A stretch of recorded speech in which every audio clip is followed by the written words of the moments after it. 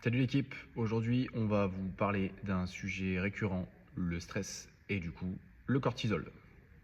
Vous avez peut-être la sensation d'être tout le temps fatigué, de ne pas progresser, de stocker du gras alors que vous entraînez tout le temps.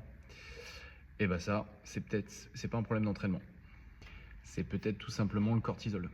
Le cortisol, c'est l'hormone du stress. Aujourd'hui, on va vous expliquer en fait ce qu'elle fait, pourquoi elle est utile et quand est-ce qu'elle devient un frein à la transformation physique. Ok, d'abord définissons ce que c'est le cortisol. Le cortisol, comme je l'ai dit précédemment, c'est l'hormone du stress. Elle se déclenche quand il y a un besoin d'adaptation.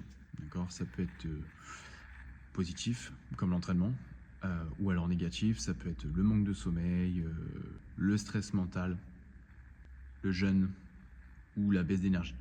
C'est donc ni bon ni mauvais. Elle est juste là en fait pour t'aider à faire face. Mais comme tout allié, il y a des limites. C'est une alliée en gros. Mais comme toute arme, il faut savoir la doser. Le problème, c'est l'excès de cortisol. C'est quand ton corps est en mode adaptation non-stop.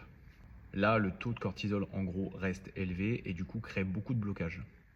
Fatigue chronique, difficulté à perdre du gras, sommeil de mauvaise qualité, perte aussi de masse musculaire, ça dépend des profils. Et ensuite, anxiété, les fringales, la baisse de motivation, etc. etc.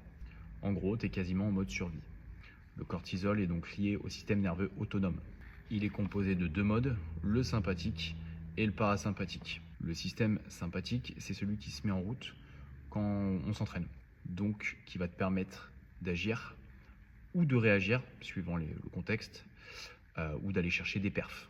En gros, là, le cortisol est actif. Le système parasympathique, c'est tout l'inverse. C'est celui qui va te permettre de digérer, de récupérer et de se régénérer.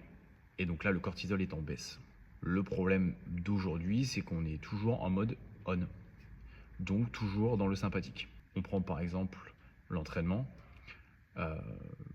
Les trois quarts des gens, en fait, font leur entraînement, mais partent directement après.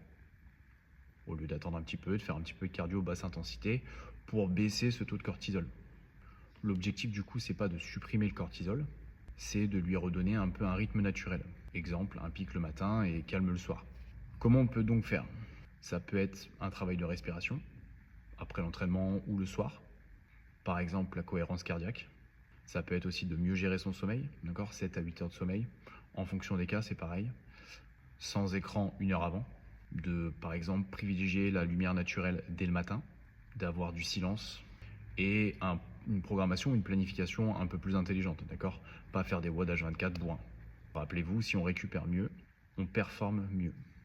En gros, donc le cortisol est essentiel, il protège, il booste, mais s'il est mal géré, il peut épuiser. Ainsi, si on veut transformer vraiment son corps, il faut donc dormir, respirer et trouver un équilibre. Et si tu veux un plan d'entraînement structuré, que ce soit programmation sportive, nutrition et même récupération, regarde dans la description. Abonne-toi, like la vidéo et commente si la vidéo t'a parlé. Merci à vous.